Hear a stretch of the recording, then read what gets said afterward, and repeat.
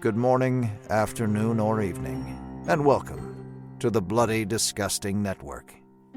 The following show is just horrifying. Beware.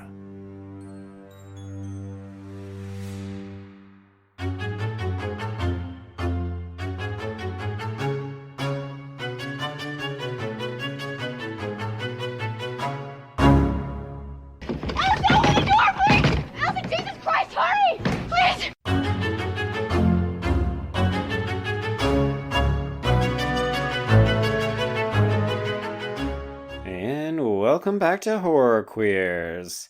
It's a little bit different, and I'm Joe. And I'm Trace, and, well, y'all, honestly, we're just kind of having a party today. We're celebrating our 100 episode, well, not the 100th episode, so that came out a couple days ago, and hopefully y'all enjoyed our episode on cruising, but we just thought we'd have kind of a fun little drinking party retrospective. So if you don't have booze on hand, please pause and go get it now. If you are sober, please go get some water now. God. And have fun and drink with us as we kind of reminisce over the past 100 episodes of this podcast. Yeah, because we have hit triple digits, Trace. Like, when we started this back in January of 2019, I 100% was like, this is going to be fun. We'll see how it goes. Not sure if anybody's going to listen to it. And here we are 100 episodes later. That's why I said I wanted to make a party. So hold on, let me pour my wine. Oh wait. Oh god, is it that fucking slow thing that you've got? It's the zombie pour.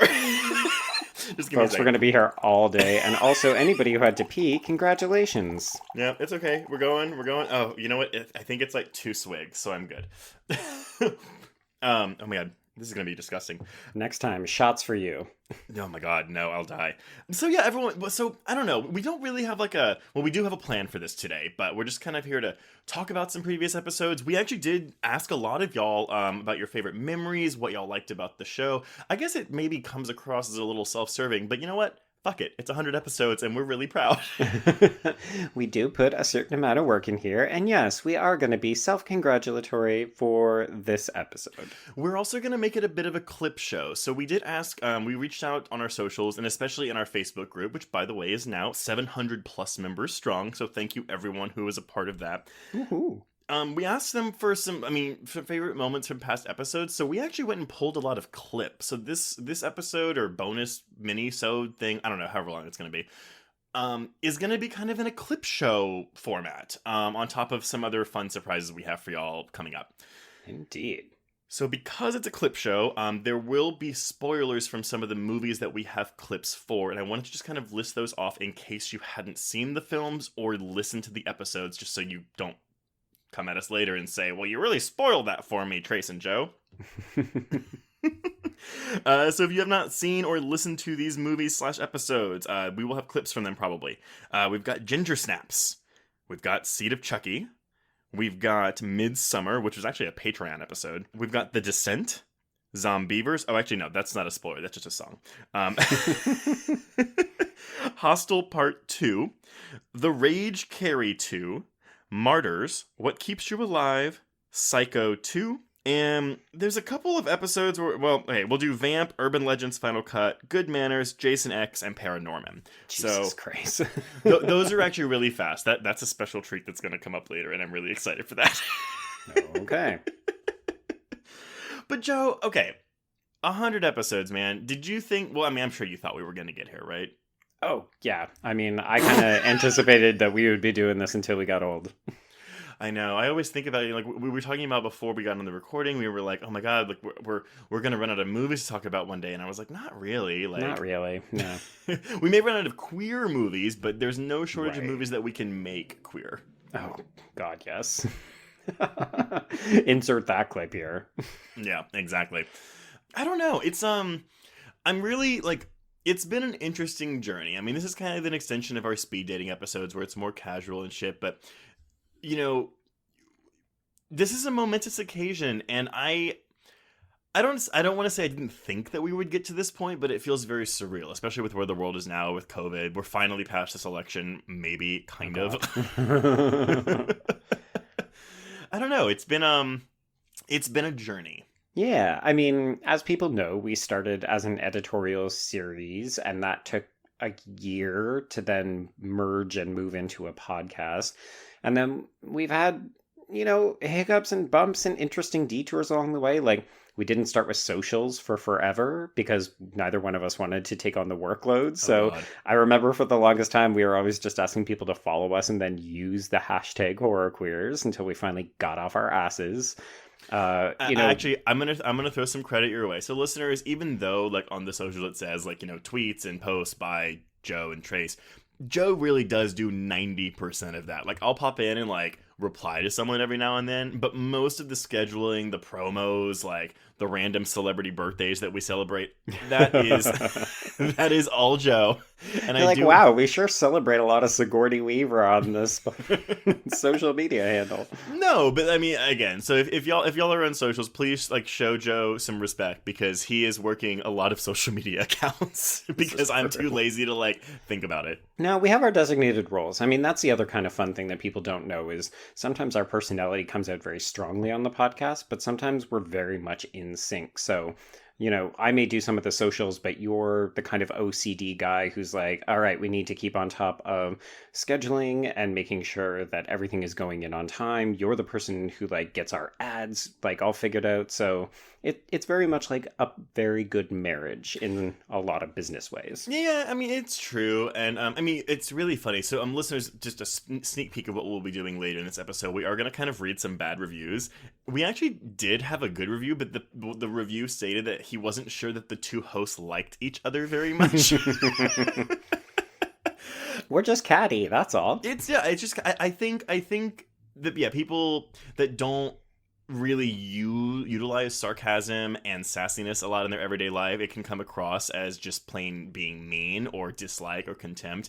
And while Joe and I have certainly had our spats over the 3 years that we've been working, we've never had like a rift in our friendship or partnership for that matter, because we're both of those things. Yeah, it's kind of funny that it started out where we would start writing something and I would shoot it to you and you would shoot it back to me and it'd be like, okay, cool, I'll talk to you in a month when we do another one of these things. And now it's like, you went on vacation and I missed you because I was like, well, who the fuck am I going to talk about all this shit with now? Well, and I also do want to say, y'all, that you actually do have Joe to thank for the podcast, because whenever we were doing the articles in 2018, the horror quiz articles. Well, if you don't know what that is, go listen to our speed dating episodes because they're all over there. But anyway, I was very much against the idea of doing a podcast because I was lazy and still am in some regards. But I was like, I don't want to learn how to do that. I don't want to edit. I don't want to like learn like whatever. I don't want to do any of that shit. And I'm really happy that he did convince me to finally do it when he explained to me how easy it would be. Now, easy is a relative term. It's easy to do, but the workload is high. And then we added things like a book club, and then we added microqueers, and then we added audio commentary. But was it even with the Patreon? It started off as like, okay, 2 episodes a month, and then it was 2 episodes and 2 minisodes a month. Then it was 2 episodes, 2 minisodes, a newsletter. Then 2 episodes, 2 minisodes, a newsletter, and an audio commentary a month. I think part of it is that I really like to try new things, and then people keep responding to them, and we find new ways to connect with listeners, and we get this great feedback. Like, there's been such a community that's developed around horror queers that I never really expected, that every time something works, I'm just like, oh my god, this is amazing. It's another opportunity to make these connections with the people that I personally always felt cut off from growing up, right? Like, I didn't have this community of queer horror people or allies. Like, we've got a lot of people who are not queer who listen to us, and shout out to them. Yeah. But it's just always so amazing to find these new creative outlets to connect with people. And, we get to talk about these fascinating different kinds of texts. So I always just want to add more to our plate. Fuck you. I never. Chris was like, let's dial it back, though. No, it's really no. Because what's funny is that as a person, I actually have a lot of trouble telling people no, because as as honest and blunt as I am, I'm actually quite a people pleaser. And so when someone asks me to do something or asks if I can do something, I almost always say yes. Yes, 100%. Which is why I have to stagger my ass. I always have to be like, okay, I haven't asked him to take on a new project in a while. God. But that book is coming, is what I'm saying. Oh my God, yeah. Joe wants us to write a book together. Oh my God. We'll see if that happens. But rewinding back to what you said. I'm already Say it 5 times fast. Rewinding back to what you said earlier, though, about the listeners and the community that I don't even want to say that we've built. We haven't. We created an outlet, and then people came, and they made it a community. So, as much as what we're going to move forward, what we're going to do this episode going forward is, while it's going to be really about us, it's a lot of things that we're hearing from y'all. And honestly, as really fun as Instagram and Twitter is, I think the best thing that I've seen come out of this podcast has been the community on the Facebook group. Yeah. I'm really on Facebook groups in general, especially ones that are movie focused, because it tends to be a lot of stupid people. I'm really happy that we haven't really had that case. I really enjoy interacting with a lot of the people in that group. And y'all really fucking churned it out when we asked y'all for some memories to bring up in this episode, because it's one thing, right? Joe and I are the creators. We know what we like, but we don't always know that if what we're going to turn out is going to resonate with listeners, resonate with you guys. And so hearing things that y'all liked in the past 100 episodes was kind of eye-opening and enlightening, and it also helped us to maybe do similar things moving forward. Yeah, we're always looking for feedback, ideally positive or constructive, but it's helpful to give us a sense of the kinds of things that you like, and some of this is gratifying because it's like, oh, that did work, and some of this is like, oh, I can't believe they like that, and then sometimes you're like, oh, maybe that didn't stick the landing as much as we had hoped or thought. Yeah, I mean, it's always fun when we did our listener survey last November, and we had our favorite episodes and least favorite episodes, and the people, the responses we got for some people's favorite episodes, we were like, oh shit, I wouldn't have even considered that, but that's cool. So speaking of favorite episodes, Trace, do you have a favorite among the 100 that we have done?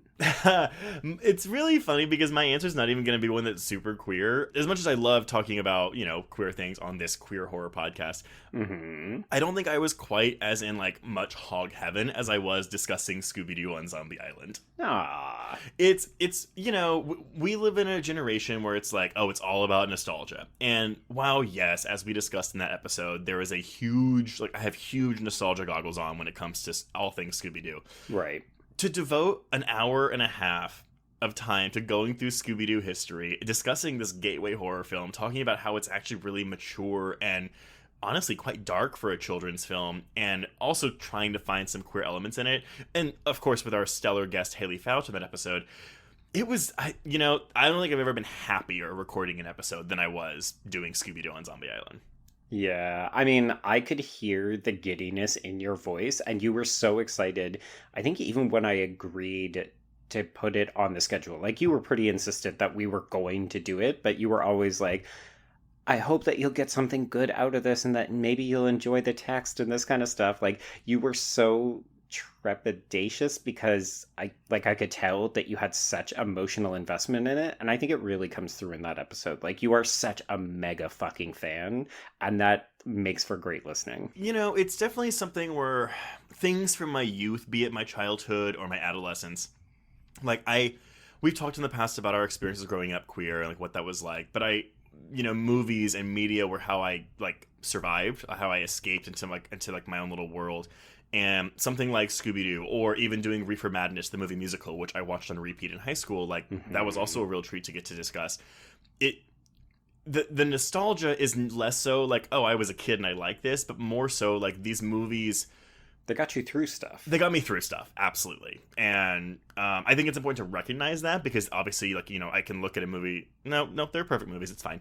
I don't need to justify this. But no, I mean, I appreciate that. And y'all, if y'all haven't listened to Reefer Madness or Scooby Doo on Zombie Island, or fuck, seen them for that matter, go do that now. I don't even care who you are. Yeah, I would throw Hocus Pocus onto that pile as well, because and Laura just geeked the fuck out on that episode.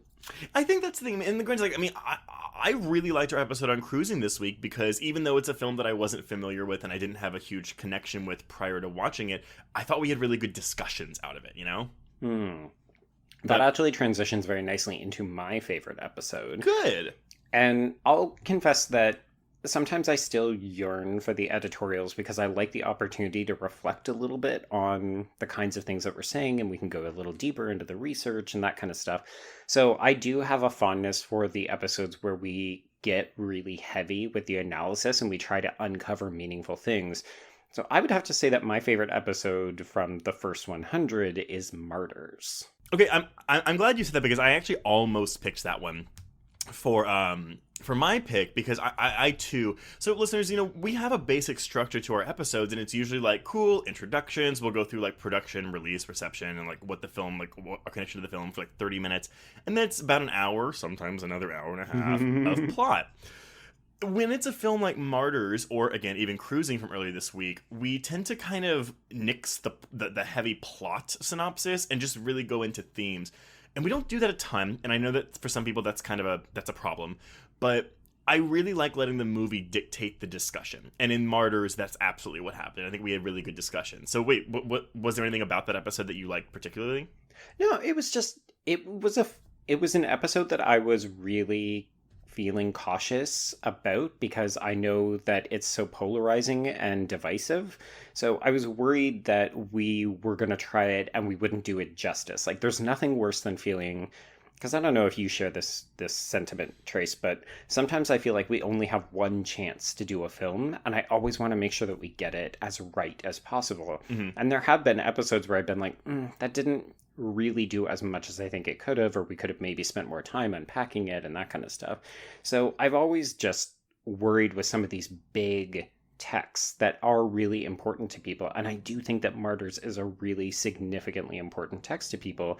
I was so worried that we were going to get it wrong, and I feel like we got it mostly right. No, I agree with you. I mean, listeners, if you go back and listen to our very first official episode on Scream, like, you know, that was not only our quote-unquote pilot after our speed dating episode, but we were both like, oh my god, like, going into something like that, especially for our first episode, it's like, we need to do this justice because it's a big fucking deal. So yeah. Martyrs is like that. Cruising is like that. Nightmare on Elm Street 2 is like that. Like, when you're doing these seminal texts, it's just like, oh my god, like, because you know we're going to get those comments that are like, I can't believe y'all didn't mention this. And it's like, I know. Yeah. Because sometimes you get podcaster brain. You forget basic words, much less arguments that make sense. But no, I would agree with you, and I have a clip from Martyrs to share later that someone pointed out as being one of their favorite moments from the show. So you have agreeers with you. Nice. Okay. So on that note, then let's look into into what some of our listeners have said, and I'm gonna just use first names. I mean, I did put a thing in the Facebook group that was like, if you don't want us to say your name, let us know. No one replied. They were too busy arguing about other fun things. Which is great, and we love you guys for it. But just to be on the safe side, I'm going to say first names and not last names, just for privacy's sake. Sounds good. So yes, we asked everyone in the Facebook group what moments or exchanges hooked them into our podcast or sticks out in their memories as and we got quite a few responses. So Alicia actually had a wonderful thing to say about The Descent, and Joe, this is regarding you. She says she really liked it when you defended Juno in The Descent, played by Natalie Mendoza, because she never thought of her in that light before, and she respects that. Juno, to me, is reflective of the kind of character that we should implicitly hate. Because she's an adulteress, because she is so narcissistic and selfish, and then she accidentally kills one of her friends. Like, she should be the most hissable, hateable character in this movie. And you might argue that she is, of all the human beings, but I find something so human about her, and particularly in this moment where she realizes what she's done, and she is crying. She is so upset, and she doesn't know what to do. I think part of her also realizes this is a death blow. I can't do anything for Beth, and she's embarrassed Like, that's why I think she leaves Beth. It's not because she looks at her and says, well, I can't do anything to help you, you're dead weight. She literally doesn't say anything to her, even as Beth is saying, please don't leave me. Juno just can't handle the ramifications of what she's done, and to me, that makes her the most human character. It's also because she is just such a badass character. Like, I think when people talk about the Descent, they often prioritize Sarah and her evolution either to, like, this badass final girl or back to becoming what she once was before the grief kicked in. And I think people dismiss Juno because she's the human antagonist. And I think that does the character a disservice because in any other horror film, Juno would be the fucking final girl. She is the Gale Weathers of the Descent, where she is hissable and narcissistic and selfish and self-involved, and she makes a lot of bad, stupid decisions, but she's also fucking badass. Yeah, I mean, I didn't expect going into that episode to be a staunch Juno defender, but there is something about Natalie Mendoza and the way that that character connects with me that I really wanted to spend a little bit of time unpacking. I think that's, too, something where, you know, when we started this podcast, we wanted to make it like, oh, a place where queer horror fans can, like, you know, feel not alone. And we'll get to some of those responses in a bit, because I will tell you that I cried quite a bit reading some of the replies we got. But also, it's when we can change someone's mind about a film or make them see a film in a different light. Right. That's one of my favorite things. And actually, that leads into my next comment from Miss Emily Jo, and it's regarding Hostel Part II. She writes, that was the only movie I ever seriously considered walking out on because I hated it so much, but your discussion convinced me to watch it again and see the sort of feminist undertones that Eli Roth tried to work in. Now, we're emphasizing the word tried here. Yeah. I appreciate you, Emily Jo. This is not a film that's going to work for everybody. So the fact that you even gave it a second try after having that kind of reaction, good on you. And I will say, though, that that's actually one of my favorite episodes as well. I thought we had a really good discussion over Hostel Part II. And while Eli Roth is a human bag of trash, 100%, yeah, that movie, I do think, is probably him at his best. And that episode actually got 2 mentions, Joe. Ooh. Mr. Ian says, I think I recall a discussion about the word cunt at some point, and that was really fascinating. Oh, we get into so much trouble. So, yes. And we've actually had people complain about our use of the word cunt on the podcast, and I'm not gonna apologize because I don't want to. Mm-hmm. But if you didn't listen to our Hostel Part 2 episode, Joe gave a really fascinating, I want to say an oral history of the word cunt. A lot of people say, oh, well, why would you say the word cunt when you could say vagina? And the fact is that they're not the same word. And I didn't know this, so I'm going to share it. So vagina has Latin origins, like a lot of other words. And one of the definitions is that it is a sword sheath. And if that sounds awkward or weird to you, it's because one of the ways that vagina is literally, like, the nomenclature of it is that it is for birthing children, and it is a path for a penis. Oh. So if you want to get into problematic words, like, that's actually not great if all things considered. Whereas, if you want to be more appropriate, cunt is technically all parts. So vagina is not all female reproductive parts.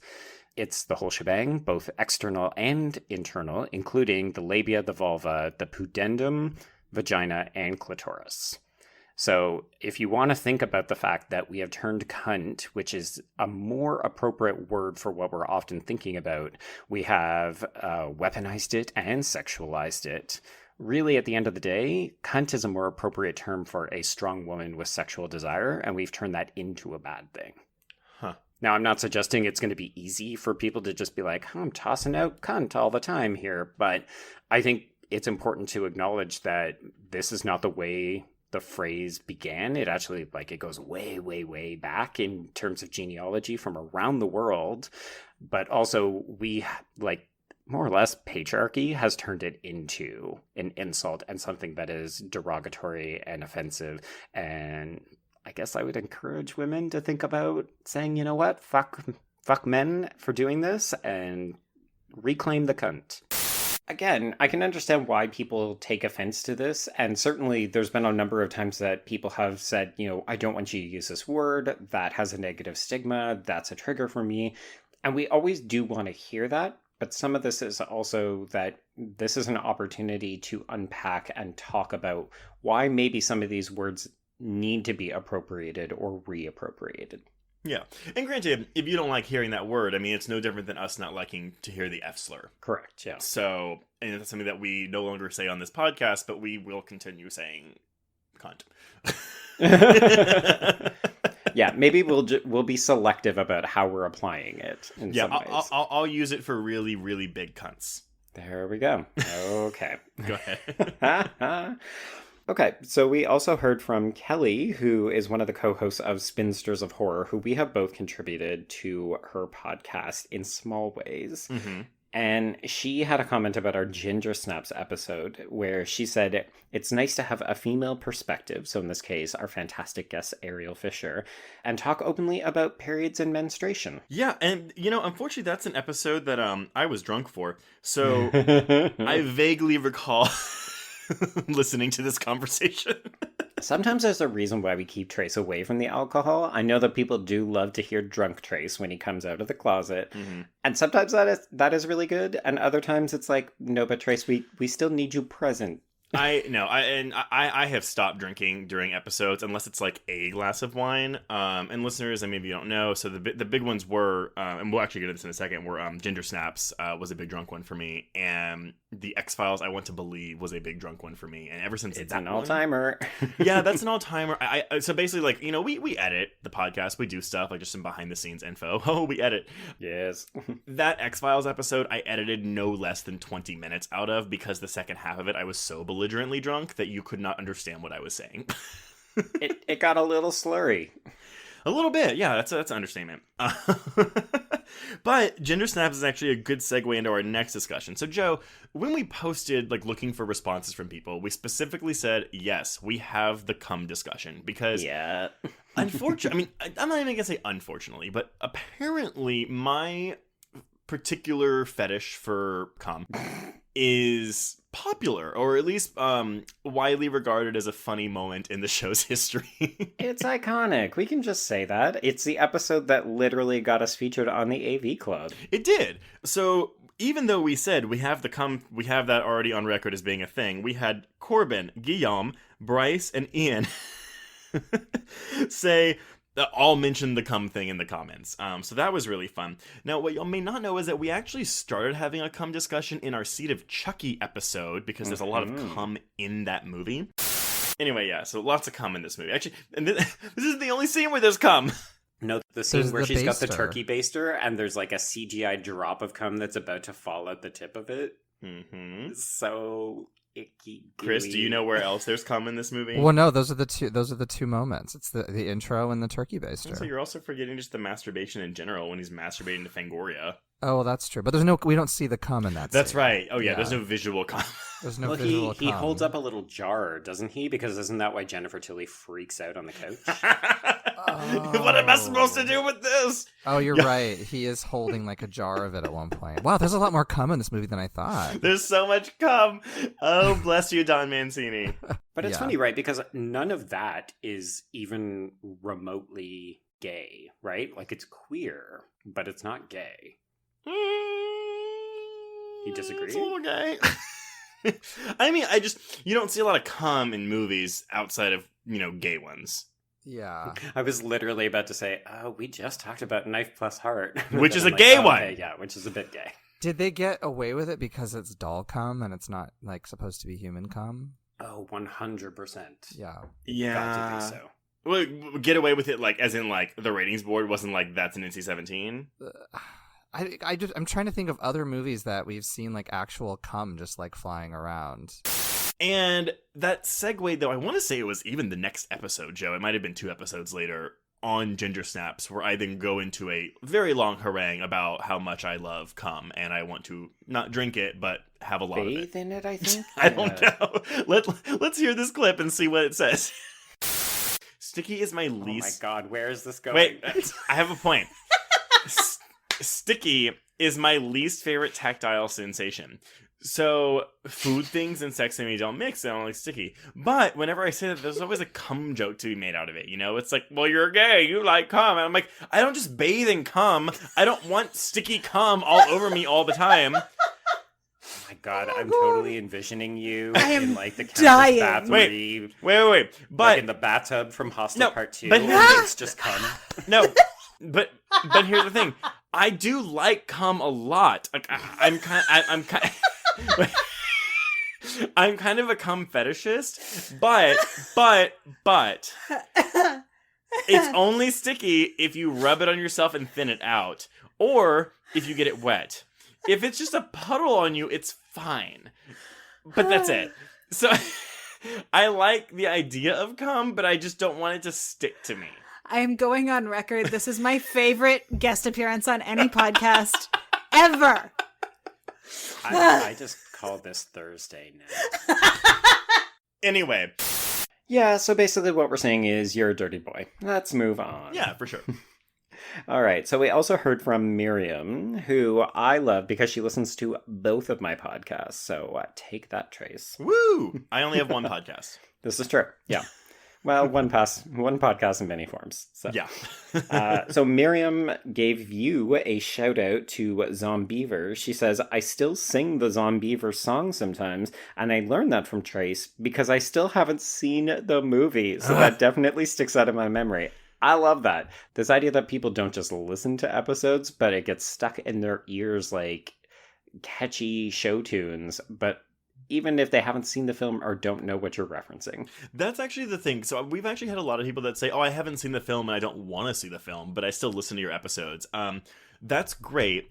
B, Miriam, for the love of Christ, or whatever your religious deity is, and if you don't have one, then for the love of Mother Earth, please watch Zombeavers. Oh, I don't know how many times I can tell people this. Like, it is a really genuinely funny movie that is nowhere near as bad as you think it's going to be. It's not even a bad movie. It's true. And it was your birthday pick. It was my birthday pick. And honestly, if you want to party with me like it's 1999 on my birthday, you really need to listen to my birthday pick. And oh, I'm not going to spoil it, but we have a really fun birthday pick for me lined up in 2021. Oh, sweet Jesus Christ. Yeah.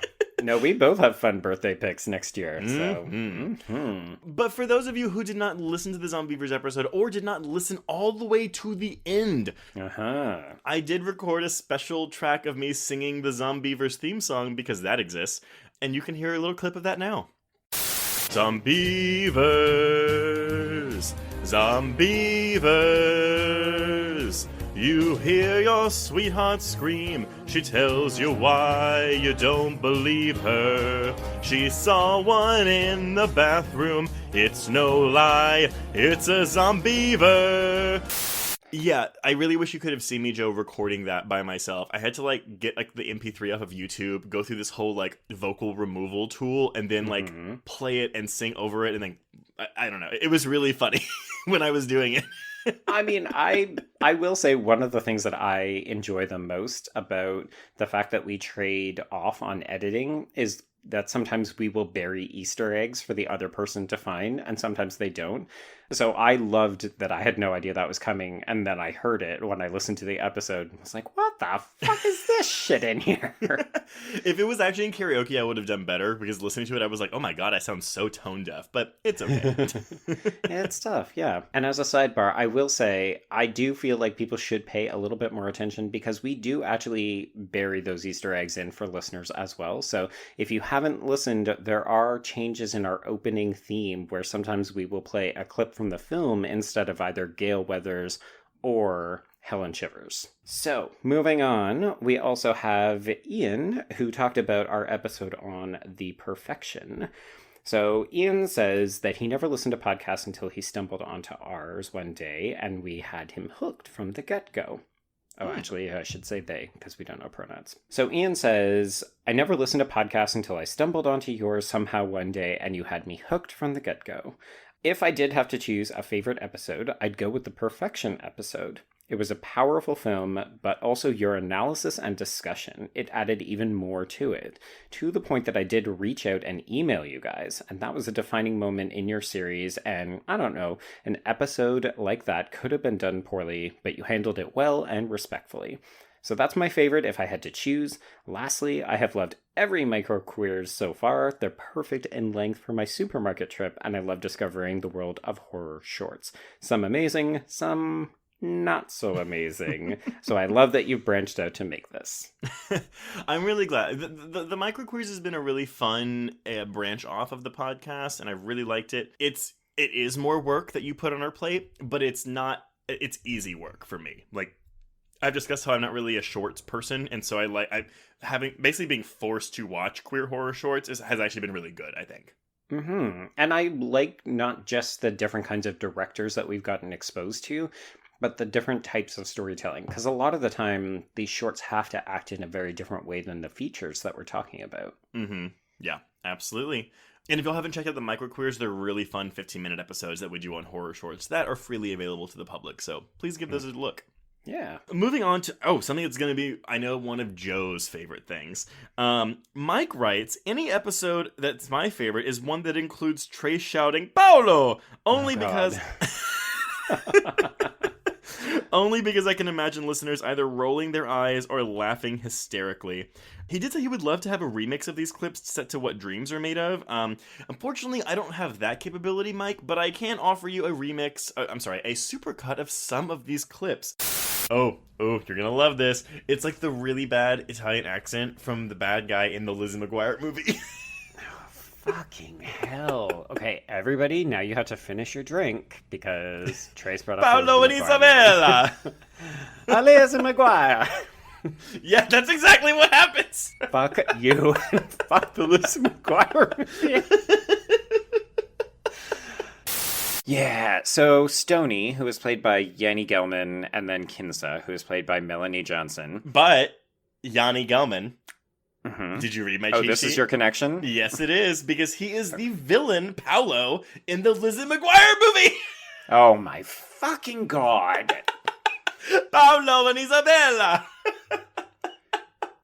Wait, but That's you know who amazing. voices her, though, right? That's Alex Borstein. Yes, I did see that, which I thought was appropriate, and I would not have been able to tell that if I hadn't looked it up. Well, she is a very, and listeners, if you don't know, she's Lois on Family Guy, but she's also, Miss Ungermeyer, the principal in the Lizzie McGuire movie. Oh Love my a god, Lizzie Trace, I McGuire can't reference. believe you managed Love to... it. Love it. Joe never brings up Hilary Duff properties for me. I'm really He grateful. reviews Younger! Okay, there's a couple of movies that seem to come up all the fucking time on this podcast, this horror podcast, and Lizzie McGuire is one of them. No, That makes me really I happy. don't know how it keeps happening. Oh my god, Trace, I wish we could hang out in real life. This is so good. Now, just to head off any commentary, I do not hate the Lizzie McGuire movie. Oh, no, I it's just okay. don't always understand why it comes up. I have my Disney connection. Oh, God. This fight scene is set to the song Volare. And the only reason I know what that song is If because you say motherfucking Lizzie McGuire movie, I'm in gonna the shoot Lizzie you in the McGuire face. movie. Oh my god, wow. Vitamin C does a cover of Volare for the Lizzie McGuire movie soundtrack for a scene when her and Paolo are driving through Rome on a Vespa. Okay, the only reason I will allow this ridiculousness to continue, we were doing so well, and now you keep bringing it back up, and the only reason I'll allow it to pass this time is because you mentioned vitamin C. Do you know who is eating her pussy in the bathroom? He looked familiar, but I can't say I do. He's Yanni Gelman, aka Paolo from the Lizzie McGuire movie. Oh my god! Zena, this I is didn't even know that! That was my childhood! It wasn't intentional to go into this being like, oh, I'm going to make all these Lizzie McGuire connections. And yet that's how it's happened. We have found a lot of Lizzie McGuire connections in movies. This is true. I can 100% say that it's not something I intended to have to keep addressing.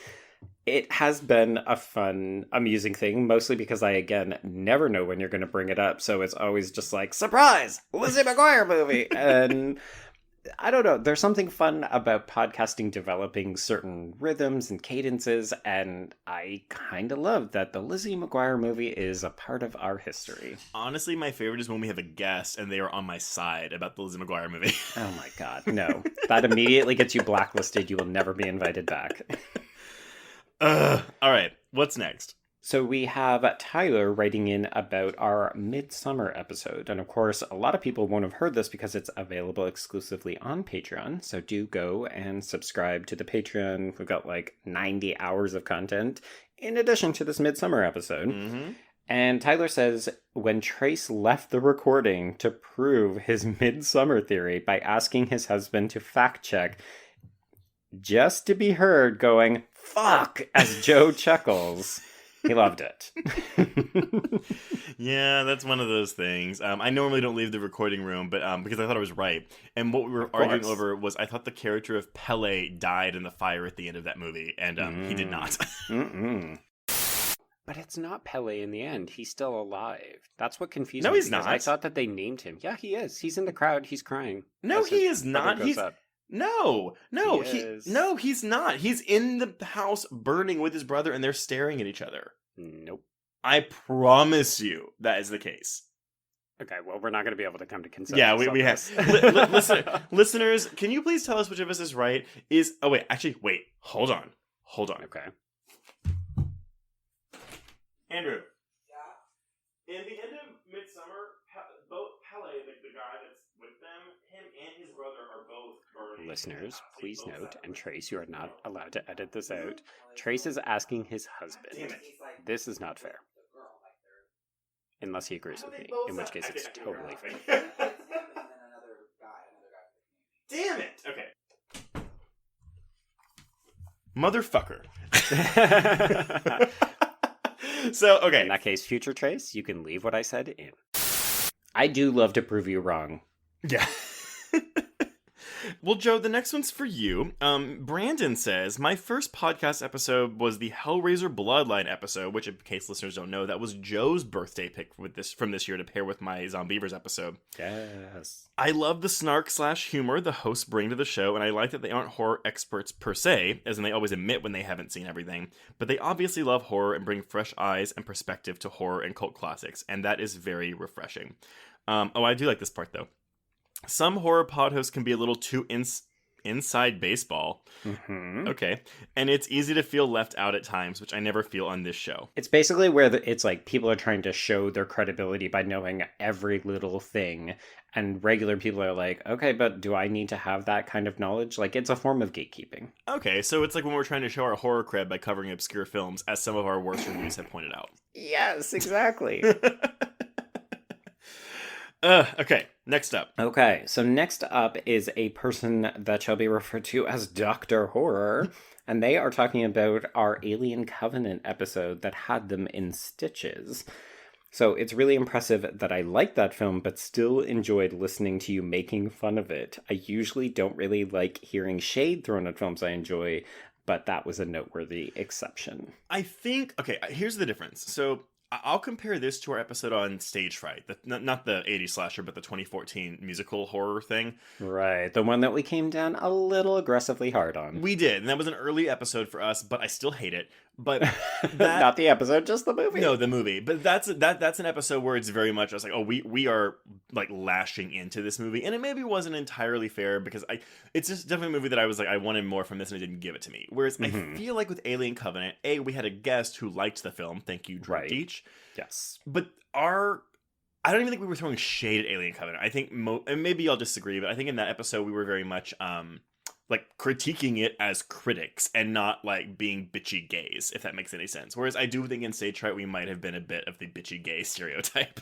Yeah, and we do try to balance that out. So even when we do cover films that we don't necessarily like, we do make an effort to highlight the things that are working well, the performances, the editing, filmmaking, anything like that. You know, we're looking for opportunities to unpack and discuss the film because we recognize that there's always going to be fans of films, even if they are bad or most people don't like them. Like, if nothing else, that is one of the things that we have discovered is that there are fans for every movie out there. 100%. And if you like Alien Covenant, that is fine.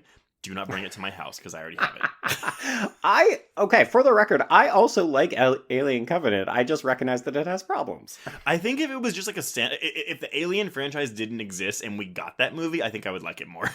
Yeah. Yeah, that's fair. That's fair. I mean, you should watch Raised by Wolves then, because that's basically Yeah. a Ridley Scott set in that world kind of. Anyway, we'll talk about that later. Matt. So Matt's actually reached out to us a couple of times, but when pressed, he goes, "So you know one of my favorites already, The Rage Carrie 2, because I sent you an essay about it." And Matt, that you did, but it was a really lovely essay. We love getting those long emails, and that is not sass. That is genuine. Genuine, like, this was a great email to receive. I can turn on any of the episodes and laugh at the snark and banter and humor, and sometimes I need that and greatly appreciate that, but the ones that really stay with me are the ones where something sneaks up on me when I wasn't expecting it. I was laughing for most of your Carrie 2 episode, and then suddenly you were sharing your own bully experiences and telling people they weren't alone. And man, did it sneak up on me. Also, Joe, anytime you say the word divisive. Divisive. But Carrie 2 was, again, one of our earliest episodes, and I think it's one of our better ones because, yeah, we really do go into our personal history with bullying and how that film kind of connected with us in that way, because it was, again, a 90s horror film. Do you have an instance in your life that is, I want to say, like, your quote-unquote Carrie moment, like a moment of bullying or humiliation that where it's like, ooh, like, if I had powers, that would have been the moment that, like, would have, like, fucking, like, I would have killed everybody. I mean, and I'm not endorsing or condoning murder, by the way. It's just totally a hypothetical situation. No, yeah. Interestingly enough, my experiences do mirror the experiences from this film. So my quote-unquote bullying experiences were psychological.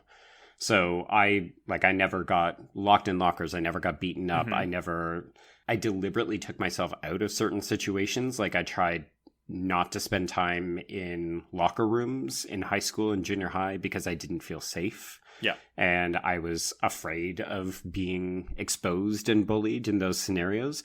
I had a best friend, and we had been best friends since grade 1, I think.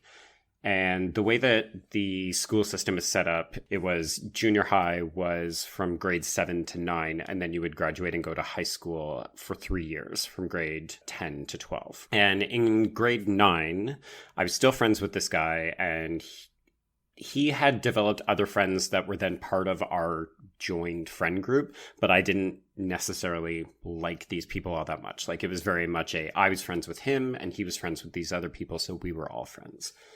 And one of his friends in particular didn't like me. And I think it's because he was jealous and threatened by my friendship with this guy, whose name is John.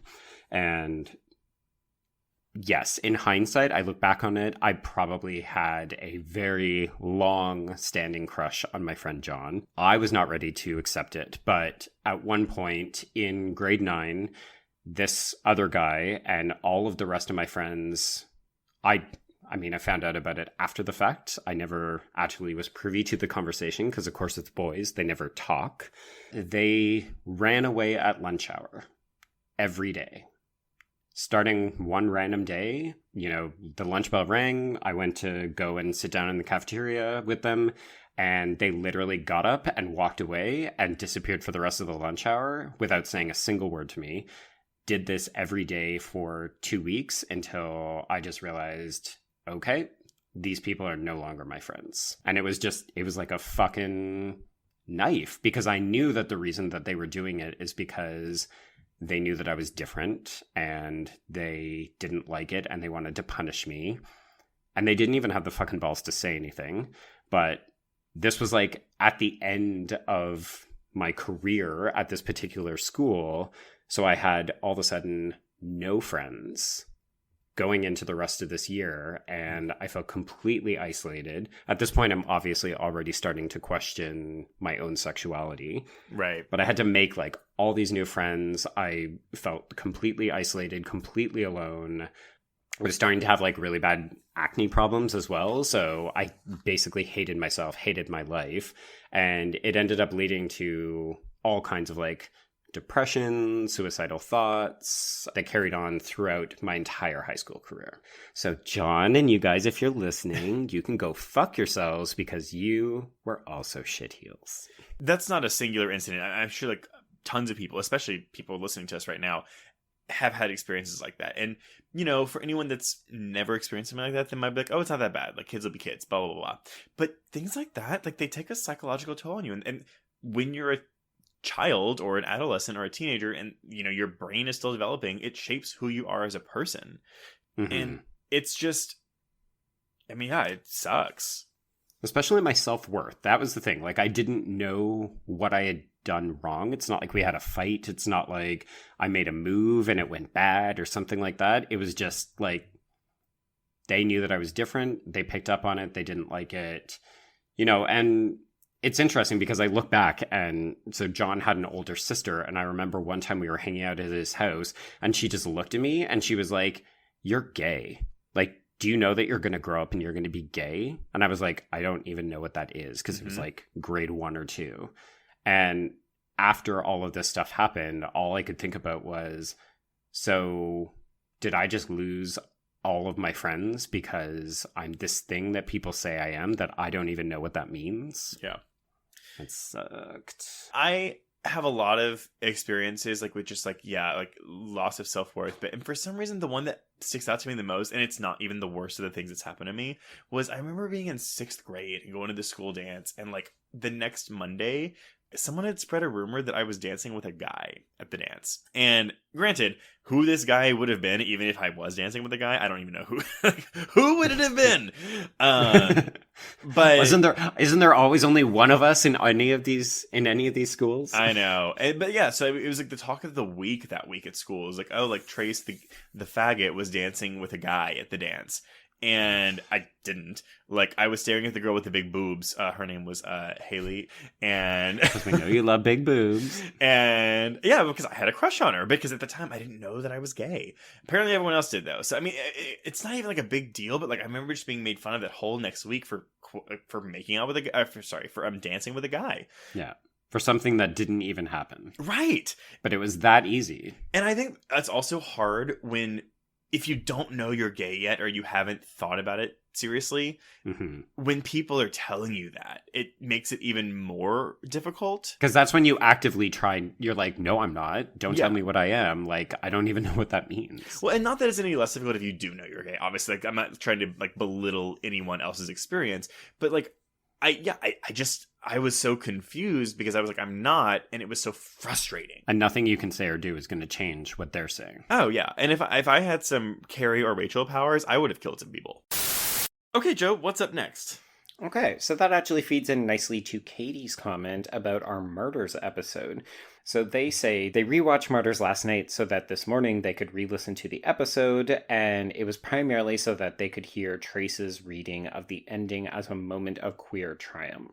Listeners, I think a lot of people are always afraid that they're stupid. Ooh, okay. On this podcast, we do a lot of analysis, and I do a lot of research, and while a lot of thoughts I have are my own, I don't have a lot of moments where I'm like, oh, I feel stupid a lot of the time, you know, where I'm like, I don't know if what I'm saying is right, even though Joe and I have said countless times, there's no right or wrong when you're reading a film. Right. They're all subjective, and if you can make the argument, then you are right. Absolutely. Coming up, and I mentioned this in the episode, but it's possible someone's had a positive queer reading of Martyrs before, and the same one I have, but if so, I haven't seen it. So I came up with that queer reading like on my own, and it was one of those moments where it was like if you're writing an essay in like college and you're like, oh my god, like I had a breakthrough. That's like one of the proudest moments I've had on this show is, I mean, again, I'm saying coming up with that queer reading of Martyrs, but again, maybe it exists, I don't know. But I was really, really happy with that. Maybe it's just highlighting it on the podcast, whether it was created by you or if you were channeling something that somebody else had already created. It's a great moment to address, and particularly for that film because people have so much trauma and conflict with it. I think it's a way to repurpose it and change that narrative for some people. Like, it's not torture porn. This can actually be a positive thing. So I found this quote, and it made me think about how to read Anna's queerness into the end of the film in a positive light. And maybe this can be a discussion. So This is Andrew Cousins in The Philosophy of Martyrs, Transcendence and Torture. And he writes, Lucy is the cause Anna has that allows her to accept the suffering she is put under. While the others had antagonistic visions, Anna's is of someone she loves and accepts. One would assume that a pious, religious martyr would have visions of their deity. By accepting rather than fighting the vision, the victim becomes a martyr. So I took that, just thinking about, I was like, yeah, because like when you think of a martyr, you think, oh, someone who dies for their religious beliefs. Yeah. And I've said this before, I grew up very Catholic. My mother like went to Catholic school where the nuns beat you with rulers in Backwoods, Louisiana, and like I was just like I went through confirmation, I did all this shit. Like, I mean, I am familiar with Catholicism, you could say. Mm-hmm. So I thought about this and I was like, okay, the deity. I think she doesn't have a vision of her deity because, as all of us know, most religions view homosexuality or queerness as a sin. It is a mortal sin, you're going to hell, blah, blah, blah, blah, blah. But she's the one to experience this, to witness the afterlife. And of course, we don't know what she sees, but I think that she doesn't have a vision of her deity because she believes that her deity has rejected her. She's gay or queer in some way. You know, we don't label her. Yeah. That's why she doesn't see a deity. At least I don't think she does. And it's her love for a woman, for her friend, that she has held onto that allows her to become a martyr. So in a sense, it is her queerness that allows her this privilege, if you will, to sneak a peek into the afterlife while still being alive. I think that's a positive way to look at this in the sense that, you know, her queerness is what allows her to do this. Okay, well, actually, Joe, the next one's one for you. Well, yes, no, it's actually one for you. This comes from Lalo. They say, the episode that hit me hard was the What Keeps You Alive discussion. When we started talking about why Jackie, who's played by Hannah Emily Anderson, would have changed her name from Megan and making the relation to how she might have changed it after coming out and became a new person. Then Joe shared his similar experiences with changing his name, and that small yet so personal statement made me realize how I did the same. And if y'all missed that episode, again, yes, Joe did give a really good personal statement on that, which you can listen to right now. It's not something that I often publicly talk about, but Joe is actually not it is my name. It's my middle name, but my first name is actually Paul. And I changed it when I moved to go to university or college for you folks in the US. And I realized that the person that I had been growing up was no longer the person I was. And about a year later, I ended up coming out. But it was all about saying that person is more or less dead to me because I didn't like who he was. I don't want to be him anymore. And I changed my name to try to become someone new. And that new person ended up becoming a queer man. But so whenever you start dating someone, or I guess even when you started dating your husband, like, is that something that you let them know right off the bat? It's something that I often forget about. I've actually conditioned myself to respond to it. It took me a long time to realize, okay, you don't respond to this name, you now respond to this name. And it can almost become a confusing process, even though it's something you initiated yourself. But my parents and my sister still call me by my first name. So every time we have family gatherings, I always have to remember that my husband, Brian, is going to be very confused because they all call me Paul all the time. Do you not find that disrespectful, or is it just because you've never made it a point to be like, hey, y'all, please call me Joe? Or have you done that and they just ignore it? It's something that I allow for them, and this should be something that's important, like, because you raised it off the air, and I initially was like, no, I don't think that's comparable, but in this way, it probably is. So this is not like a dead name for a trans person. Right. Where, like, you have literally changed your entire, like, it's so symbolic because it represents a completely different person who you have always been. For me, this was more of almost like a semantic thing where I said, like, it was almost aspirational. I didn't need to, like, kill off who I was before because that had never been me. It was just like, I don't want to be that person anymore, so I'm going to try this new name on for size. And my family understands that, but it's also really, really challenging for them to process it because they knew me as that person for 18 years. I'll confess that I was happy to get this comment from Lalo because it kind of felt like that episode dropped and we didn't get a lot of feedback from it. And it actually was one of our least downloaded episodes from that quarter. Yeah, which isn't too surprising because it is a smaller film. It's a Canadian film. Mm-hmm. And I know we were taking a bit of a risk programming it because we had tried to find a female guest and it was just really difficult. Mm-hmm. I was actually quite happy with the way that part in particular came out, if only because I do feel like some of our more powerful episodes have featured us revealing something of ourselves. And that's not something that I freely divulge to a lot of people. Mm-hmm. So it was uncomfortable for me to be like, I'm going to put this out. And then people can just listen to it forever. And it's not a shameful thing, but it's something that I don't think people often address, which is just how important naming can be. I think, though, that I mean, this is, I realize this entire episode thing is us tooting our own horns, but I think that's what makes it easy for listeners to connect when you bare your soul like that. I mean, even Lalo says at the end of this comment, they did something similar basically, and they said that listening to your story made them feel like we all have some sort of connection in the LGBTQIA community, regardless of our background. And it is true, and that's why, like, even if it's something super embarrassing, and granted, I still have secrets, but, like, both of us have bared our souls in this podcast, and sometimes it's embarrassing, sometimes it's sad, and I feel like, while it's definitely a risk to tell a story like that, because you don't know what the reaction's gonna be, based on, like, how our listeners have been and how they've interacted with us, it's, I feel comfortable, and so, on that note, I actually want to thank all you listeners for making Joe and I feel comfortable enough to share stories like that. Because if you weren't as open and responsive as you are, we might not be able to do those things. Yeah, we would definitely be far more hesitant to give so much of ourselves. And honestly, a lot of you have given of yourselves in the comments and the feedback, and even like reviews of the shows when people talk about how they connect to the show. It's often very confessional and candid. And I really think that is something that is unique to the LGBTQ community, but also something that I'm really happy that our podcast can contribute to. All right, Joe, who's next?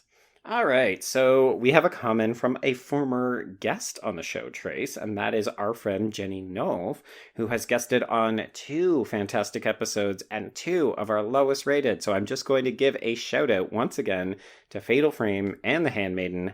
Excellent episodes. Jenny is a fantastic guest. For the love of God, go listen to them.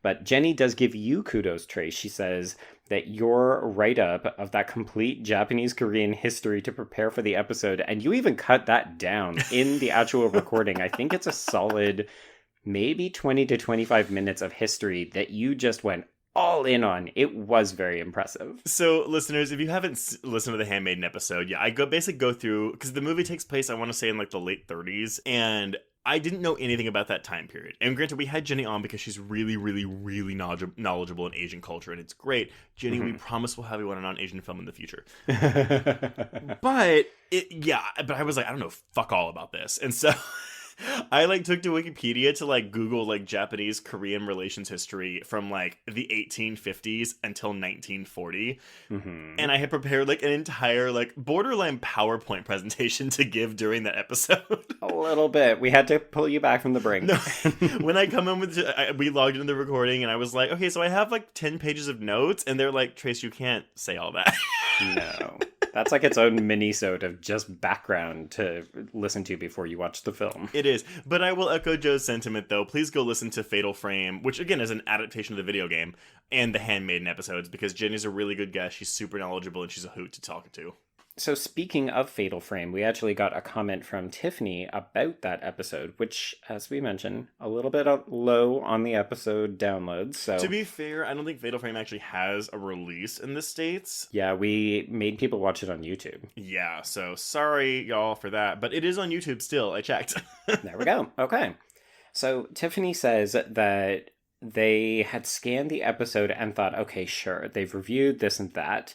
But the one that jumped out was Fatal Frame, because Tiffany has been a low-key fan of horror since childhood, but the teenage years is when they doubled down, discovering interactive horror storytelling through survival horror video games. This is very much your area of expertise. Oh yeah, 100%. Oh, that was another episode too where I did, because I'd never played a Fatal Frame game before, and so, but I have experience with Resident Evil and a little bit of Silent Hill, and so I was like, well, I want to so I did a huge deep dive into Fatal Frame and what those games were and the stories. None of it was relevant to the movie, but oh, yeah, that is one of the issues people have with it. But I mean, it's fun, right? That's the kind of stuff where you can complement a screening of a film to get a better sense of what it's all about. any case, so Tiffany continues to say, we clued them in that they had missed the existence of this film, which boggled their mind. So they ended up watching the movie, they came back to listen to the episode, and they appreciated that we approached the plot, but what made them want to keep checking out the show. So this was like the first episode that Tiffany listened to. Which was an earlier episode. I mean, I want to say it was April of 2019, maybe around there. I can't recall. Time means nothing to me anymore. But Tiffany says that the discussion of intersectional concerns related to Japanese gender norms, female relationships, and queerness and homophobia is what ended up hooking them in. And I love that people can grab onto some of these little kernels and nuggets in some of these lesser known episodes. And that is one of the reasons why I would always encourage people to listen to the episodes, even if it's a smaller film. Like, we do deliberately try to program some of these because a lot of these films have those moments that make them fascinating to talk about, and we want to talk about them with other people. Yeah, no, that's true.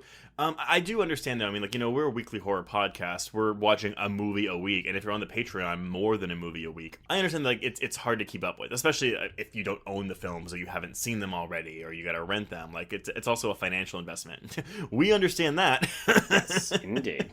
But which, by the way, patrons, thank you, because you help contribute to us being able to seek these films out. This is true. Yeah. But no, I would 100% agree, and that's why, because listening to some earlier episodes, I was like, oh wow, we didn't really do a crazy plot summary early on. I had forgotten about that. Like, you went through like a really quick paragraph of a plot summary, and then we just talked about the film. It wasn't really until like past the halfway point of 2019 that we started doing like actual like really in-depth plot summaries. And I think that may be why that we have gotten some more listeners, because if they haven't seen the film, they can listen to it. The barrier here is, though, if they haven't heard of the film or they don't care about the film. This is true. But no, Tiffany, thank you so much. And yeah, I mean, that Fatal Frame episode, I was really excited to do that. I didn't think it was going to do that well with downloads, and it did not. So y'all, go fix that. Go listen to Fatal Frame. Sure. All right, so Cameron says he loves the deep dive into the Scream films, and that it's now the tradition for our show to have the first episode each year as that. So Scream, our first episode, Scream 2 last year, and then we'll, of course, be doing Scream 3 in the beginning of 2021. Mm-hmm. But a close second, is the X-Files I want to believe when I get really drunk. Apparently it makes for podcast gold, and Cameron, thank you so much. I disagree. But if I'm not posting a clip for that here. I mean, you can hear echoes of it in that episode. You literally, it's a hour and 40 minutes, and the entire last 40 minutes is me being belligerently drunk. So please. Oh, there's also some really problematic trans elements in that film, so please go listen to it. Yeah, I mean, I appreciate that people love Drunk Trace. I think if you're only going into it being like, where's Drunk Trace? You're going to actually miss the fact that that episode is super, like... Yeah. That actually is a really, really good episode in my mind. I think because your husband, Ari, brings some really great insight, and I've actually loved hosting him on the podcast twice, because he definitely brings a good flavor, and also he and I are very similar. I was going to say, to gang up on you. The funny thing is, yeah, you and Ari are very similar, and so basically I have to, like, I am the foil to both of y'all. So I am in two relationships. One, a romantic and sexual one with my husband, and then this essential business partnership / friendship with you. But it's like I just have these two people that are very similar and different from me that I have to like maintain. How did you end up with this? I don't really know, to be honest. It's like a curse or something. I love both of you, obviously. Otherwise, I would quit. Fair. I would get divorced and I would quit. So, listener Joshua, who hails, of course, from the UK, only contributed a single statement as their favorite contribution to the pod, and that was from Psycho 2, one of our very early episodes as well. Just, she's still alive, nuns aplenty. Well, that Christianity plays a lot bigger factor in Psycho 3, just a heads up, Joe. Yeah, there's nuns aplenty. Nuns aplenty, by the way, is the name of the next movie that I'm She's still alive, nuns aplenty. She's still alive! I love it. Yeah, that's actually one that... Michael Varrotti's our guest on that episode, and he is fantastic. He has since come back on the episode for Tenebrae. listeners, if you ignored the Psycho 2 episode because you're like, why the fuck do I want to watch Psycho 2? I implore you, please watch Psycho 2 because it's actually really, really, really good. Joshua's anecdote about She's Still Alive, Nuns Aplenty is a reference to Psycho 3, which we had talked about a lot in the Psycho 2 episode. This is true. But thank you, Joshua. That's really nice. So, ironically enough, one of the texts that I think we have hated the most, like, this was actually never on the plan. So, listeners who have been with us for a while will know we actually have almost the entire year in advance mapped out.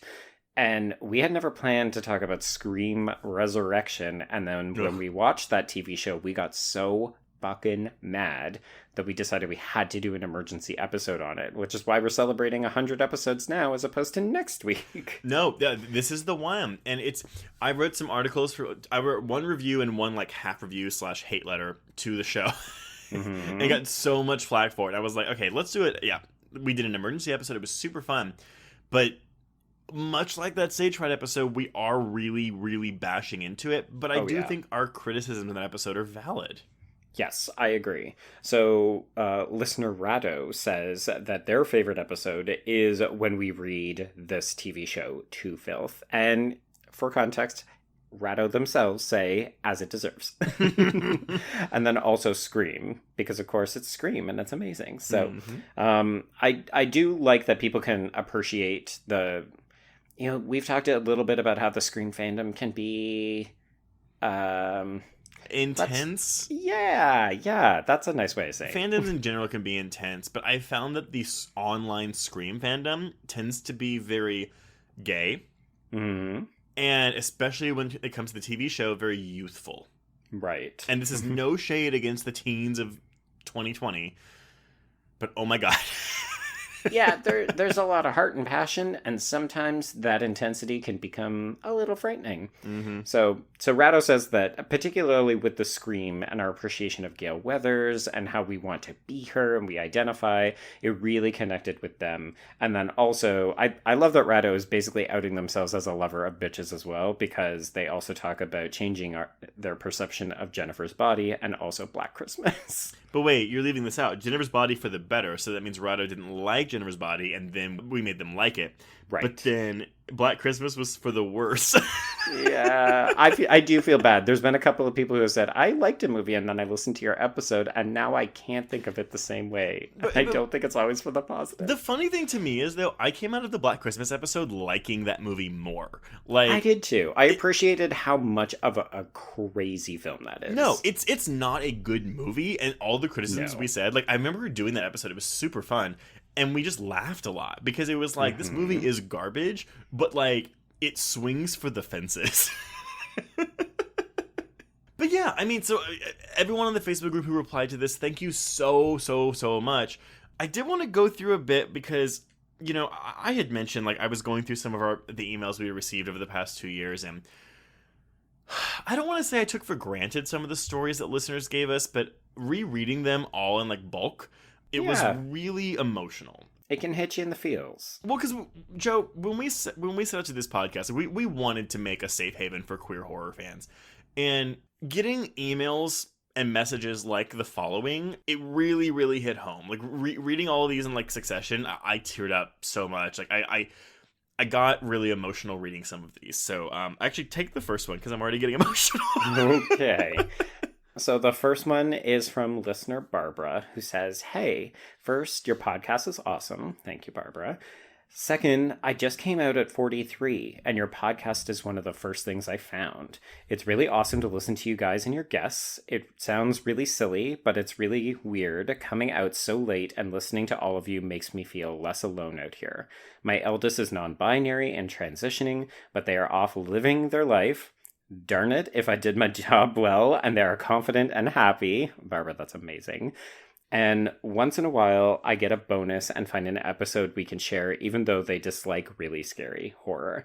Thanks for throwing me a lifeline in the uncertain time of Rona. Miss Rona. Ms. Rona. That's a more recent one, and I have to say that reading that, it's, you know, I feel like not you and me, but like just as a community, we tend to forget how some people don't get to come out in their teens or in their 20s.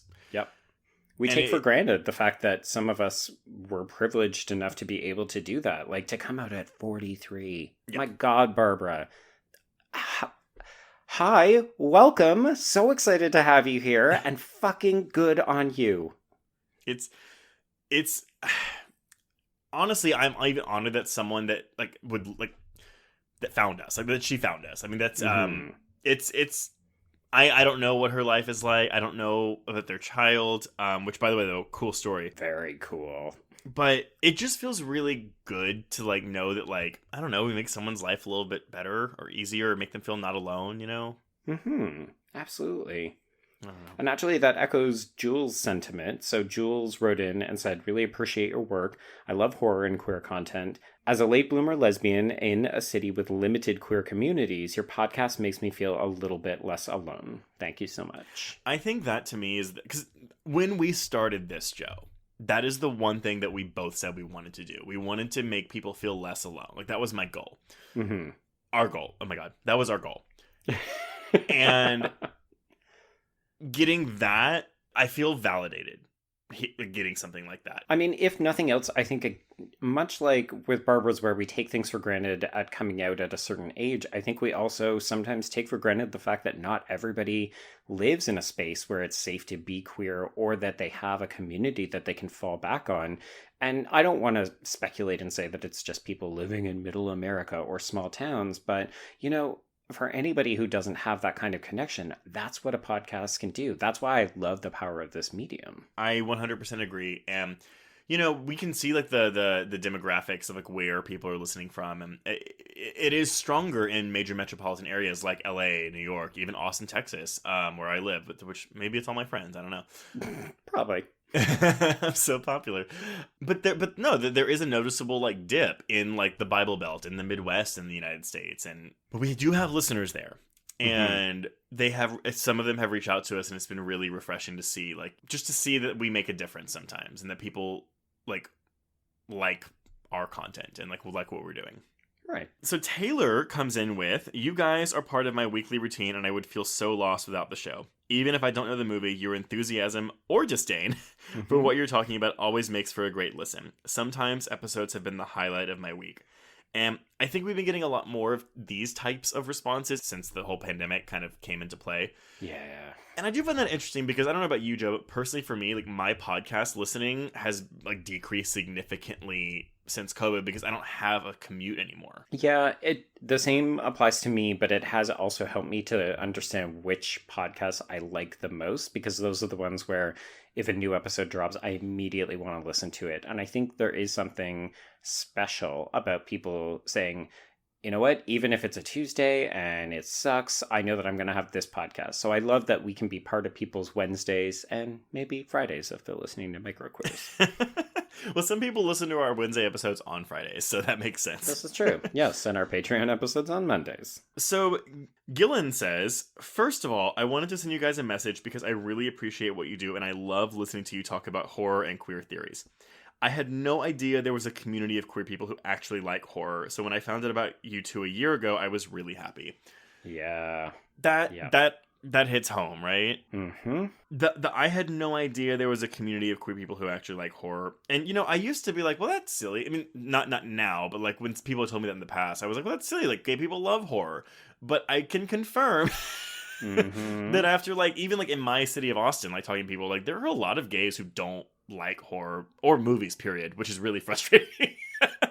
Yeah. They just want the dick. It's fine. Okay. But that's also another thing too, you know, where it's like, I mean, obviously, you know, we have Shudder's queer horror documentary coming out sometime in the future. I don't know, but it is a niche cult that hopefully will get bigger and become just a cult, and then it will get bigger and just become an actual community. Yeah. But it's that's another thing too, where it's like, you know, we can bring, and also for the Facebook group, I'm glad that we can bring people together. So like seeing them interact, seeing people from Michigan message someone on Facebook from North Dakota which has happened before, and be like, oh my god, hey, like we're interacting because we're both queer horror fans.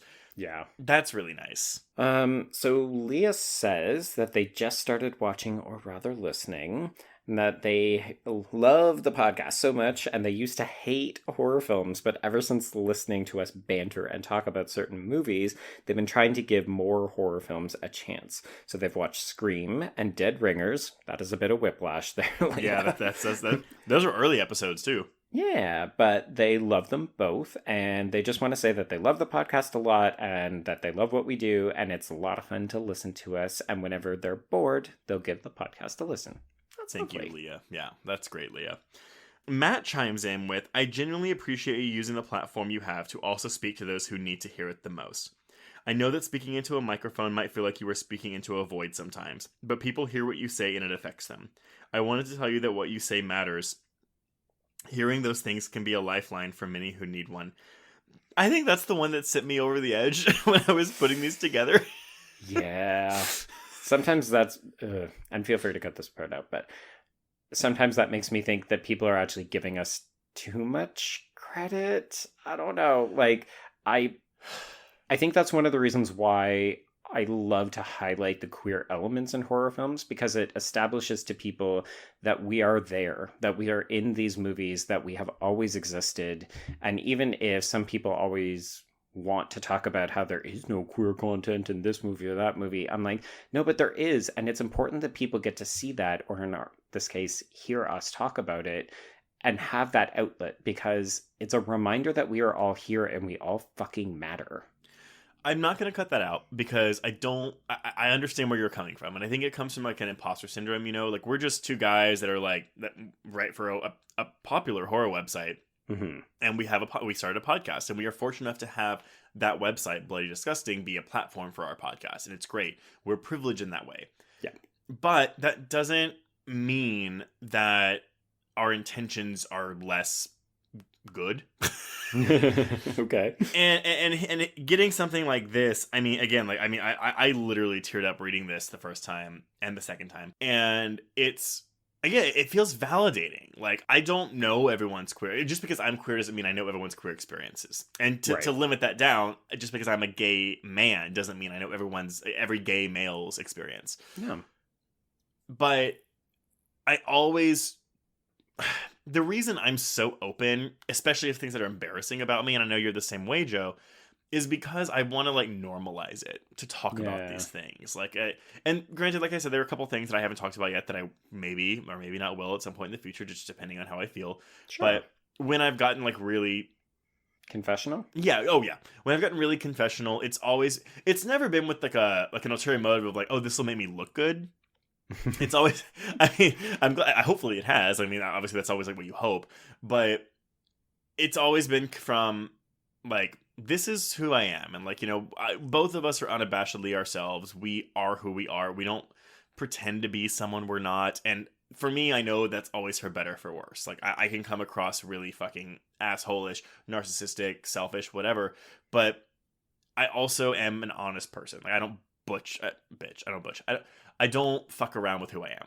And I try to put that in the episodes. And if me exposing myself like that is, and you too, Joe, can make someone feel like Matt does, that's, I mean, I get what you're saying when you're like, I feel like maybe they're giving us too much credit, but it's also like very humbling. It is. And I mean, if nothing else, I think that there's power in truth. And I like the idea that someone can be somebody else's lifeline, even if they don't know it. And it's gratifying and it is humbling to hear this from listeners. I think if nothing else, I would just encourage people, if you have that opportunity to speak up and make your voice heard, then for God's sake, do it, because you don't know who needs to hear it or whose life you might be helping. 100%. I could not agree more. So the final message is from Katie, and they say, I could not possibly express my admiration and appreciation for you guys more. It's been a rough few months trying to navigate a pandemic with an immunocompromised kid on top of literally everything else that's happening in the world. But I have been listening to you and Joe nonstop. Oh, Katie's speaking to you, Trace. Oh. And Katie says, your new episodes, your old episodes, you two and your guests have been my biggest source of comfort food media and have brightened literally every day since March. Thank you. Mm-hmm. Well, Katie, we're really happy to hear that. I feel really weird. Like the Facebook stuff was like one thing because I'm like, hey, yeah, we can talk about these episodes. Like I almost feel like borderline uncomfortable, like reading these aloud and hearing them because now, yeah, I'm kind of reaching your thing of like I feel like we're getting overcredited. Well, I think in this case, Katie is raising a good point, which is that sometimes it's nice to have something that you can seek solace in if you are having difficulties with your everyday life. Then sometimes something like a dumb, silly podcast where we talk about cum and you get too drunk can be a nice source of pleasure. And it's important to seek out those things that make you feel happy, particularly during a pandemic. Yeah, no, that makes sense. Well, I mean, nevertheless, all of you, everyone we've mentioned on this, thank you so much for all your kind words. We're happy that we're able to like make your days easier. You all make our days easier. I promise you that. It's been wonderful. That being said, there are people who have dissenting opinions. I like the transition. So, I mean, we always ask for reviews at the end of episodes, and especially on Apple Podcasts. And, we've got about 300-ish reviews, which is really, really good. We love more, so by all means, if you want to go leave us more, please go do that. Most of them are good. Not all of them are good, Joe. So I think it's time to face the music and see what people don't like about us. Okay. I will.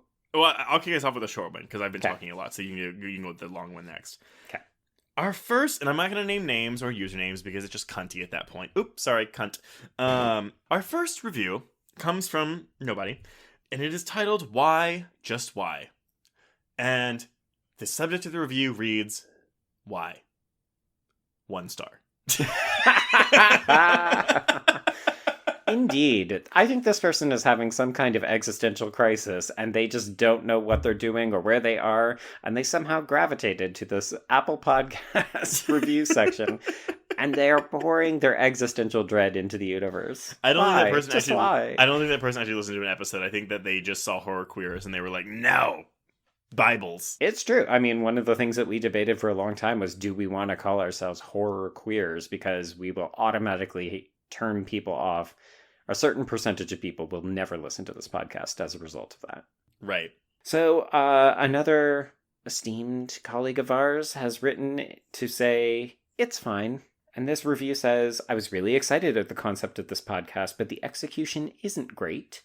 I listened to 3 episodes to make sure I was giving it a fair shake. Well, you know what? Okay. That's fair. That's kind of fair. Good for you. Yeah, so this person listened to The Descent, The Craft, and What Lies Beneath. But much like these guys say about The Craft, this podcast just isn't for me. The only time there's diversity in this podcast is when they bring on a guest. Otherwise, it's just 2 white guys sharing their every thought. It's not bad. It's not great. It's just fine. I wish that they'd get a 3rd co-host or something to actually offer a unique perspective on things, because when it's just the 2 of them, it just ends up sounding like 2 dudes congratulating themselves for having thoughts on public domain. 1 star. The irony is that we are reading that in an episode where we are congratulating ourselves. Indeed. B, I think that this is a valid criticism. We are 2 white guys talking about things. And yes, we have diversity in our guests. I don't really agree with the only time we offer a unique perspective is when we have a guest. Mm-hmm. My only issue with this whole thing is that it's fine. Like, for me, it's fine is like a middle. Like, it's a C. It's a 2.5 out of 5. And this person so you want like a 2.5 or a 3 star out of this review? Even a 2, but they gave us 1 star for being the equivalent of a meh. But no, I mean, look. We are aware of this. Like, Joe and I know we're 2 white guys, 2 cisgender white guys hosting this podcast, and we do try to bring in diversity. I'm really sorry that this person that we did not work for you. You're clearly not going to listen to this, but I wish you luck finding another podcast that does suit your needs. Right. Yeah, I mean, we've never hidden the fact that we are two white dudes, and yeah, I mean, the diversity that we offer is that we are queer, but also if you look at any of the podcasts that we list every June and every December, a lot of the queer horror podcasts are dominated by white perspectives, and a lot of them are from white cis gay men. Mm-hmm. And that's okay. I mean, we are still contributing things that are valuable. That's actually one of the reasons why you and I decided that we wanted to make an effort to bring on guests. Right. And the reality is that it's just an extra layer of complications to invite people on. So we don't want to have a guest on all the time. We try to bring them on when it's appropriate. You know what? We can only do the best with what we are working with. And Trust that we acknowledge that, yeah, it is a thing that we are continually aware of, and that's why we try to have guests. yeah, for sure. But nevertheless, I hope this person did find a podcast that suits their needs. That's great. Mhm. I wish you would have given us 2 stars. So, of course, reviews are not exclusive to podcatchers. We also frequently got comments on the editorial series when we were still writing those, and we did pick out a few choice gems to share with you folks. And these are all fucking public domain, so speaking By all of means. public domain... So one of our favorites is on the Batman Returns editorial that we published for Christmas of 2019. And one of the comments we got was, I don't get this whole series. I mean, I'm gay, and I don't get it. Why is it necessary to shove a movie through a gay filter? It can't be intended to be the final say on a whole group of people's opinions of this film, just yours, which doesn't match mine in any way. Sorry, I'm reading this with a lot No, of please inflection. do it. Please keep reading it like that. I found myself just shaking my head reading the above post. Ah, well, as I'm over 50, I'm probably not in the correct demographic. That's just what I tell myself about most everything lately. Movies, TV, music, all of it. And then this person got a reply, which I will now read to you. Okay. My husband is 50 and I am 40. I saw this movie in junior high. This is my favorite Batman movie. The cast is perfection. I don't need to see movies through a queer lens. I hate that word. I know what its intended use is in this series, but sometimes movies are just sheer entertainment, no subtext. But we take away what we want from it. I find nothing remotely gay or queer about Batman Returns. I guess we can find a queer aspect in The Exorcist. Reagan represents Father Karras' battle with his homosexuality. The exorcism allows him to release his desires, but ultimately sacrifices himself to save another. Father Dyer was obviously another big queer. Actually, that's not a bad reading of The It's Exorcist. not a bad reading, actually. I'm really perplexed by the I'm gay, but blank statements. What I've found over the past couple years has been that I don't take the critiques from non-queer seriously. Oh, okay. I mean, they are critiques, and if they were a valid critique, I will give them the light of day. But like, you know, the past review over why, just why, blah, blah, blah, like that's just a fucking, like, troll that's just coming after us because we're doing queer readings. Right. I actually find that I do take the critiques from queer listeners or readers the harshest. Okay. Because I feel like they at least have a more of a stake in the matter. But when it's like, well, I'm gay, it almost reeks of internalized homophobia. Maybe this is a generalization, I don't know. But it's like they're trying to like make the straight people like them by saying, well, I'm gay and I agree with you. Because not everything has to have a queer reading. And it almost seems like they're trying to like rationalize it and make themselves be seen in a more positive light by non-queer people. Yeah, I mean, we did actually touch a little bit on this in this week's episode, the 100th episode on cruising, where we talked about one of the reasons people were so afraid of that movie. Like, queer activists were the ones protesting that production because they wanted to be normalized. They wanted to be accepted by the larger heterosexual society, so they didn't want deviancy associated with queer lifestyles.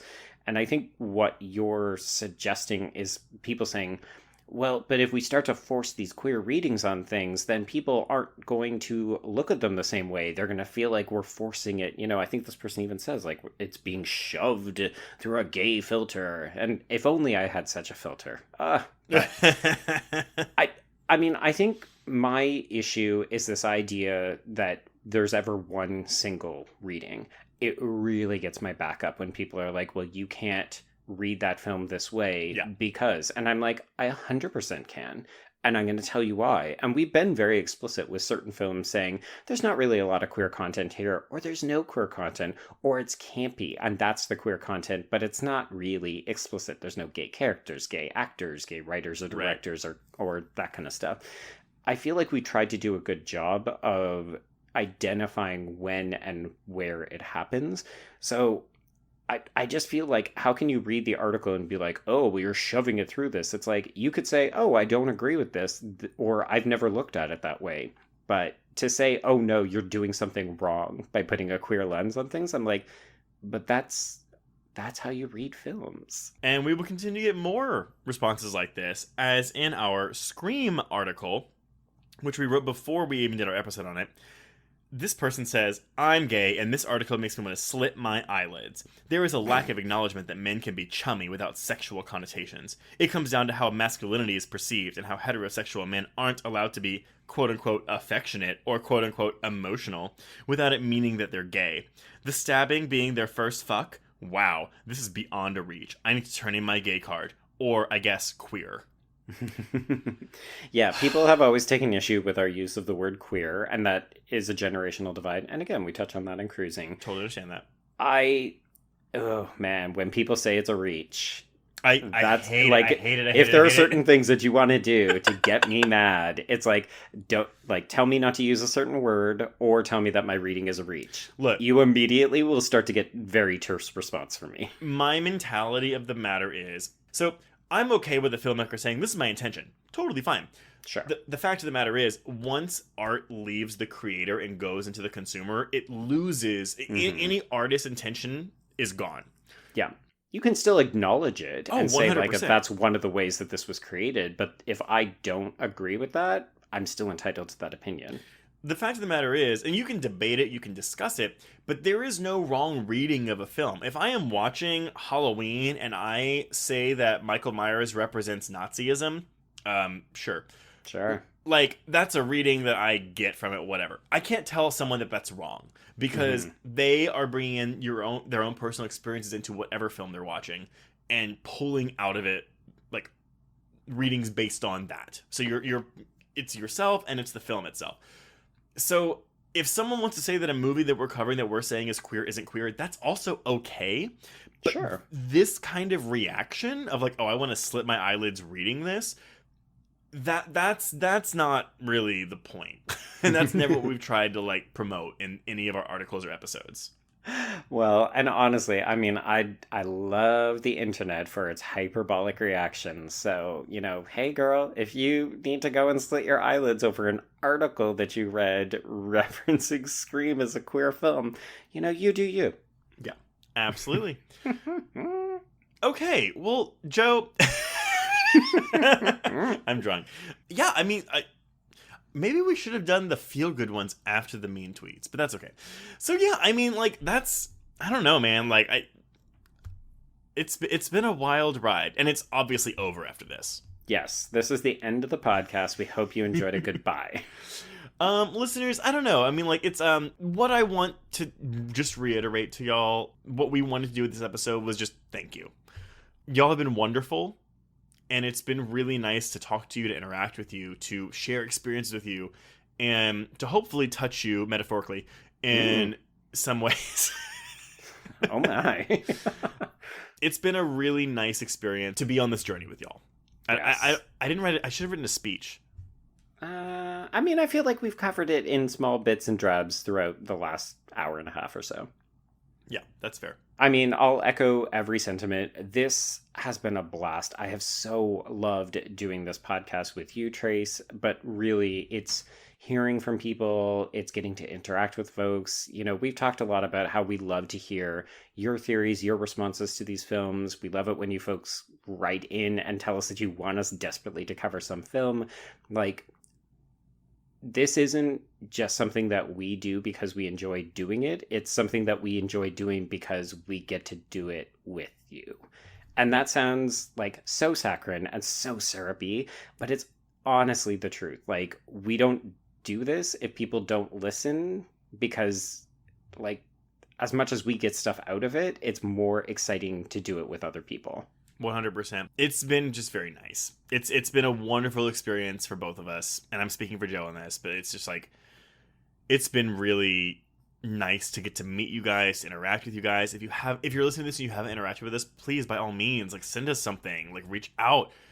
We love talking to you guys, and it's really, really, really nice to connect with other queer horror fans, or for that matter, non-queer horror fans. I mean, I know you gave them a shout at the beginning, Joe, but like, also for all you non-queer listeners, like, thank you for giving this the time of day. Yeah, and for helping to spread the word and talking about your experiences. Like, it's all meaningful and rich stuff. But again, all we can really say is thank you all. Thank you all for helping us get to 100 episodes. Here's to another 100, and maybe we'll do another one of these at episode 200. I don't know. Yeah, we'll see. Because we're not going to do the typical speed dating anymore, in part because we've just sort of done it. But you also already know us. You know about my cum fetish. Jesus Christ. All right, that's a good spot to end on. Anyway, so thank you all once again. We love you. You're wonderful. And on that note, we can cross out our 100th episode extravaganza. Yes, and cross out horror quiz.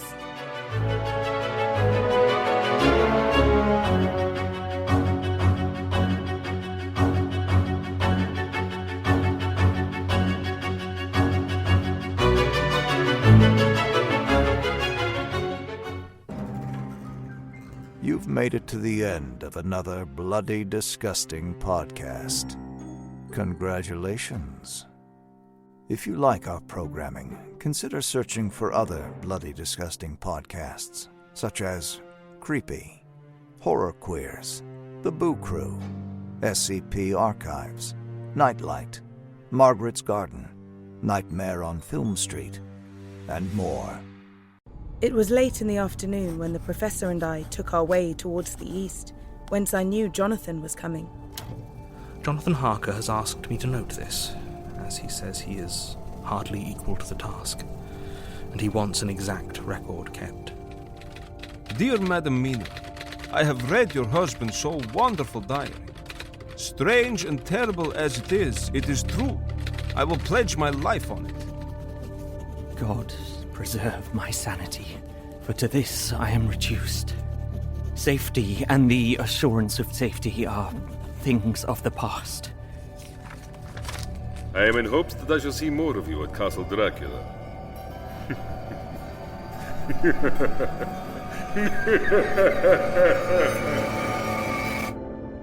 Listen to Regarding Dracula wherever you listen to podcasts, or find us online at bloody.fm.